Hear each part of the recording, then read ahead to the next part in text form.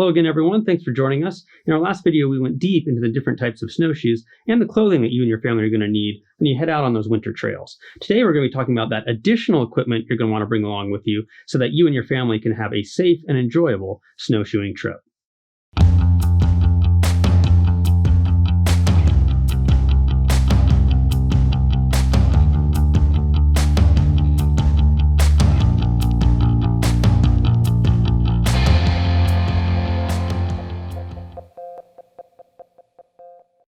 So we've planned our trip, and we've got the right snowshoes, the right poles, the right boots, the right clothing, but we're looking at that empty backpack and wondering, what do I need to put in it to take with me?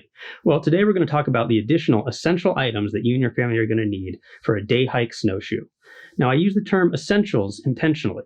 For those of you unfamiliar with the 10 essentials, they are the 10 categories of gear or supplies that a group will need if they're going to go into the backcountry and want to be self-sufficient. Now, that's a big definition, so let's unpack that a little bit. The organization that first came up with the 10 essentials, and they did this in the 1930s, is called the Mountaineers. They were and are a nonprofit organization dedicated to conservation, backcountry education, and providing backcountry experiences. They're based out of Seattle.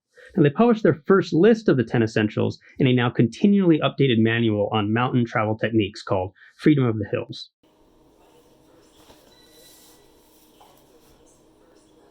So how can a list from the 1930s still be relevant? Well, it's relevant because it's evolved, and it's evolved away from specific pieces of equipment to systems or categories of equipment that you need to bring with you. For example, you don't need to bring matches with you. You need to bring a way to start a fire. So that could be matches or a fire steel or a lighter or some combination of those. Now, the 10 essentials are particularly important for backcountry travel. Now, we can understand backcountry in contrast with front country. And the folks over at Leave No Trace define front country as outdoor areas that are easily accessible by vehicle and tend to be visited by day users. They also put developed campgrounds into that category. So front country tends to have bigger crowds and attract a wider range of visitor as compared to the backcountry. Now, backcountry is not that. Think not very crowded, harder to get to, and with no developed facilities. So if you get into an emergency situation out in the backcountry, the odds that you and your group are going to have to get out of it on your own is actually pretty high. Where's the water? Where's the source? You see the sharpest of the rocks? Very, very large, very pointy. Yeah. There's a string of cairns that leads you just below it. I got it. And then you'll be walking and you'll hear water running underneath you. Take a sharp right and there's a cairn that designates a spot where you can just set the canister on some ice and the water is flowing over the top of the ice. To that end, the 10 essentials are designed to help you and your party be self-sufficient. That is to say that if your group got into an emergency situation, you'd be able to handle it without the benefit of support from other people. You're prepared to stay out the night, you're capable of navigating to get help, you can deal with medical situations or injuries to the limits of your training, and also deal with other unexpected situations. So all of this is to say that not every piece of equipment that's required for backcountry travel is required for front country travel. To take this to the extreme, if you were going to go on a hike, say, through Central Park, you probably don't need to bring a tent with you on the off chance that you're going to have to spend the night out. So for today's discussion, we're talking about a day hike snowshoe, which makes this front country travel. But that isn't to say that just because you're not a full day away from the trailhead, a poorly prepared group without the right equipment couldn't find themselves in a real predicament. Just because we can usually make it back to the car doesn't mean that we shouldn't be purposeful about what we pack. So in our last video, when we discussed clothing, we already covered the first essential, insulation. Between the 3 to 4 layers we described for the upper and lower body, the hats, the gloves, the gaiters, you're pretty well covered for contingencies. But one thing to consider is bringing along an extra pair of socks, particularly for the kids, but I bring an extra pair along for myself as well. As we described in the last video, if your boots are a little too warm for the temperature you happen to be in, your feet can get sweaty, and when they get sweaty, your socks can get wet. Also, kids fall down a lot more than adults, and so no matter how good of boots you have, or how good of pants you have, or whether or not you're using gaiters, just the act of falling down and getting up several times over the course of the day can let snow creep into those boots. A pair of extra socks can mean the difference in saving your trip. Our second essential is hydration. You're going to need a way to bring water into your body without eating snow.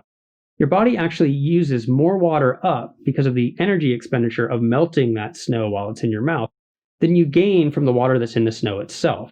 So you're going to need a way to bring water along with you and keep it from freezing. Also, some people just like a nice hot beverage when they're out in the cold. But either way, you're going to need a way to insulate your water. Now, if you're going to be out there day after day after day, you're usually going to bring a stove along, you're going to melt that snow and bring it to a boil, and that's how you keep your beverages warm. But if you're going to be out there for just a day hike, you might as well bring that water with you and figure out a way to insulate it. Now, keep in mind, when you're out in the cold and you're not sweating a lot, you may not realize just how much water you're burning through, but your body's working really hard to keep itself warm, so make sure you bring enough water. To insulate your beverage, you can use something like this thermos, which is usually kind of heavy but very efficient, or something like this Outdoor Research bottle parka, which is considerably lighter and slightly less efficient. However, not so much so that I've ever noticed on just a day trip. Now, if temperatures are just barely below freezing, you can sometimes get away with using a water reservoir, the kind that you carry in your backpack, as long as you have a way to insulate your tube and remember to blow back the water from your tube into the reservoir when you're done taking a drink. Now, if you forget to blow back, or if it's really cold out, even with an insulation tube, you're going to get water frozen in your tube and you're not going to be able to get a drink anymore. So be careful about using water reservoirs when you're out in the cold. Now, essential number 3 is nutrition. And for the same reason that you need to insulate your water, you need to bring foods that are low in their liquid content. So avoid things like whole fruits or lettuce for your sandwiches, that kind of stuff. Also, keep in mind that when you're out in the cold, everything is a lot harder. So if you have to take your gloves off so that you can dig into your pack, your hands might get cold or your core might get cold if you're stopped for too long. So you want to make sure that your food is accessible. For that reason, and to keep the food warm and easier to bite into, my family likes to keep our food in our pockets. And because of that, we like to use a lot of grab-and-go, prepackaged stuff when we're just on day hikes.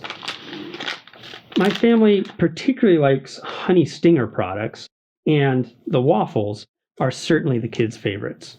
The most important thing, though, is to bring foods that you enjoy. If you're going to be out there for a full day, it's not unusual for an adult to burn through an extra 2,000 calories, so you need to find a way to bring an extra 200 calories an hour into your body. You don't want to have to be forcing food down. So bring those calorie-dense foods that you normally have to avoid in your day-to-day life. This is your opportunity to enjoy them. And the same thing goes for the kids. You don't want them running out of energy, so just getting back to the car becomes a challenge. So we try to bring low water content, calorie-dense foods that they really enjoy, and then find a way to package them so that they can stuff them into their pockets. Essential items category 4 is navigation. Now, if you have navigation or orienteering skills, it's kind of hard to beat a map and compass. They don't lose satellite signal, they don't run out of batteries, but if you do bring a map along with you, make sure that you have a waterproof carrier for it. If you haven't noticed, snow is wet. That being said, with changes to satellite technology and improvements in battery reliability, and particularly if you're out with a group and people are bringing multiple devices so you have ready-made backups, there's nothing wrong with using a phone or a GPS device as your navigation tool. I bring a GPS device on all of my trips. But bring a backup power source for your devices, whether that's spare batteries or a rechargeable power bank. And just like the electronic devices themselves, keep those batteries or the power bank on your body. The extreme cold can really eat battery life, particularly rechargeable batteries. Finally, you may want to consider also bringing a watch.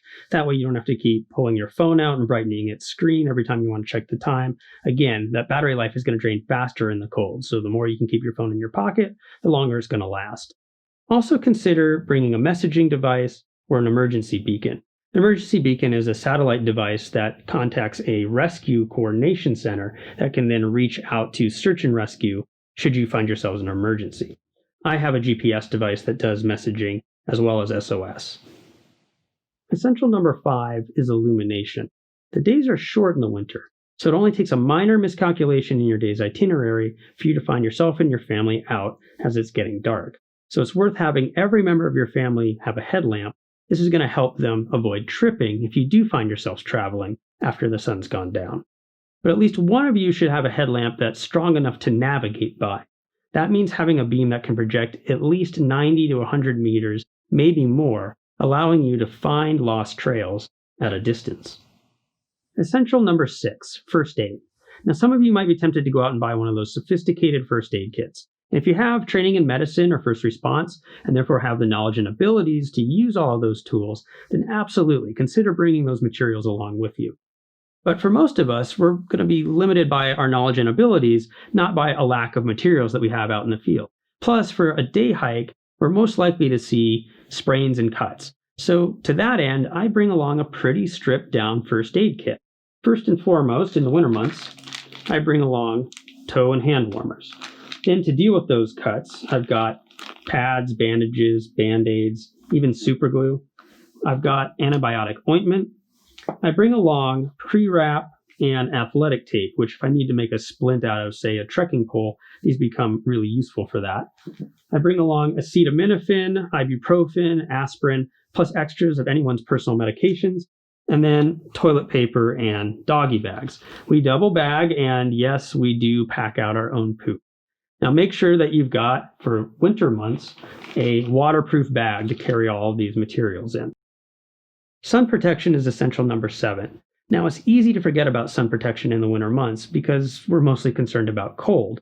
But on a bright sunny day and when there's snow on the ground, you're actually getting solar radiation not only from above like you normally would, but reflected off the snow and coming from below. You're going to want to make sure that you're well protected.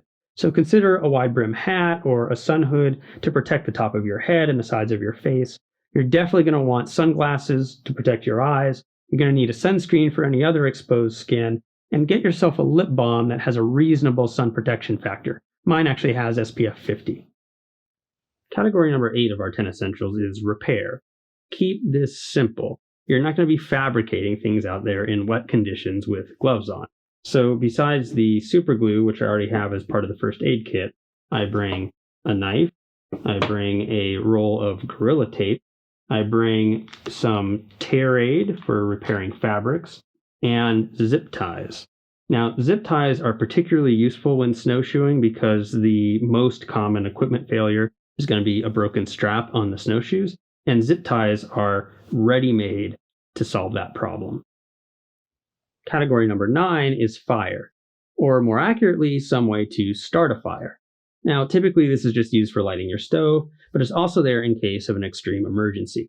So if I am bringing a stove out in the field with me, I'm usually going to bring a fire steel with me as well. I like fire steels as my primary means for lighting my stove because I can still use it with my liner gloves on, whereas with a cigarette lighter, I really need to get down to bare hands in order to make that mechanism work.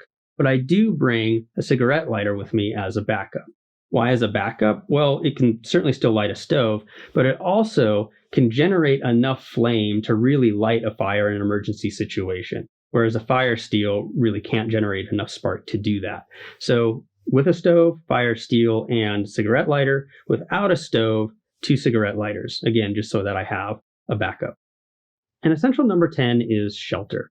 Of all the 10 essentials, this seems to be the one that people leave behind most frequently. I guess I would say a couple things about shelters. First of all, it doesn't necessarily have to be a tent. It could be a tarp, it could be a bivy sack, it could be an emergency blanket, it could be a snow shovel if you know how to build a snow cave. You don't have to bring a bunch of weight just to feel like you're checking shelter off of your list. But at some point, your shelter can become so minimal that it can't really work in the conditions that you and your family are heading into. So I guess to me, the bottom line is this. You're better off leaving a system at home than you are bringing along some dead weight that isn't going to be usable or effective in the environment that you're heading into. So spend some time thinking ahead about that environment and bring along equipment that's robust enough to do the job that you need it to do. So that's the list. Winters are just a little bit more harsh, and so we need to be a little bit more serious about our equipment choices. In our last video, we talked about snowshoeing specific equipment and the clothing that you're going to need, and today we rounded that out with 9 other categories of essential items. Put together, that's the gear and supplies that you and your family are going to want to bring with you to ensure that you have a safe and enjoyable snowshoeing adventure. Now, as we discussed, the 10 essentials are really just categories of items, and we can fill up those categories with any items we want, and we all have our own preferences. So we'd love to know, what's one essential item that you and your family always take with you out in the wintertime? drop them in the comments below. Maybe we can help each other out. If you found this video helpful, please hit that like button. And we're about to release our final video in our How to Snowshoe series. This one will be on the techniques you're going to want to use when you're actually out on those snowshoes. So if you want to be alerted to that video, or any video that Short Guys Beta Works releases, please subscribe and ring that bell. And as always, if you have ideas for content you'd like to see, you can place those in the comments, because we want to help you get more out of that big outside.